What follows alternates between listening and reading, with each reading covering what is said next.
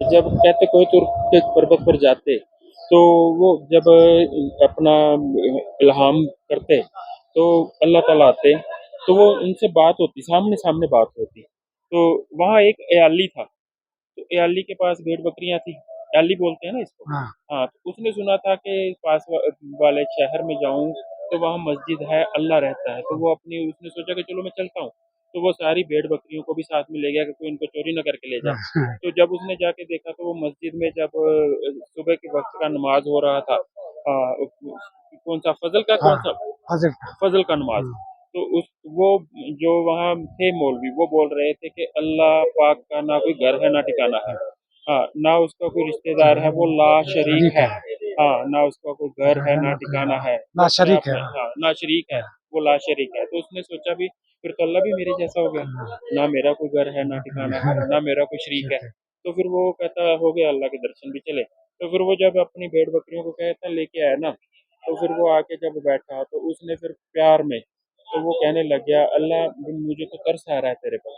भी मेरे पास तो भेड़-बकरियाँ हैं, तेरे पास पता नहीं है कि नहीं। हुँ, भी मैं तुझे बताऊँ, मेरे पास दूध होता है, तू फ़िक्र ना करना, जब भूख लगे तो आ जाना मेरे हाँ, पास। इतने में हज़रत मूसा आ हाँ, रहे हैं, तो वो सुनने लगे। तो फिर वो कहता मेरे बाप ने मुझे एक और काम बहुत बढ़िया सिखाया, मुझे जड़ी-बूटियों का भी इल्म है। जब कभी बुखार होता है तो मैं जड़ी-बूटियों का अपने आप कर लेता हूँ। तुझे कभी बुखार हो जाए तो घबराना नहीं, तू मेरे पास आ जाना। हाँ, हम दोनों बैठ के। तो फिर उसने तीसरा बात कही कि मेरे मुझे मोची का भी काम आता है। जब मेरी जूती टूटती है मैं जी, खुद ही गाँठ लेता हूँ। तेरी कभी जूती टूटे मैंने तो इतने में हज़रत मूसा क्योंकि भगवान का मानने वाले थे तो हाँ, उनको गुस्सा आया।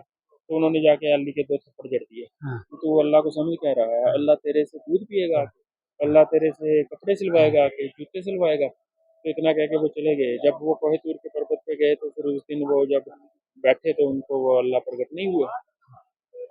सुबह से साँझ हो गई। तो फिर उन्होंने कहा भी क्या बात है? फिर वो आवाज़ आई भी किसी का मन जुड़ रहा था मेरे साथ, तूने उसको तोड़ दिया। समझ गया। हाँ, भी जब वो बात कर रहा था ना मेरा दूध पी लो, तो मुझे सत्य में भूख लग रही थी। जब वो कह रहा था कि मुझे सत्य में बुखार होने लगा है।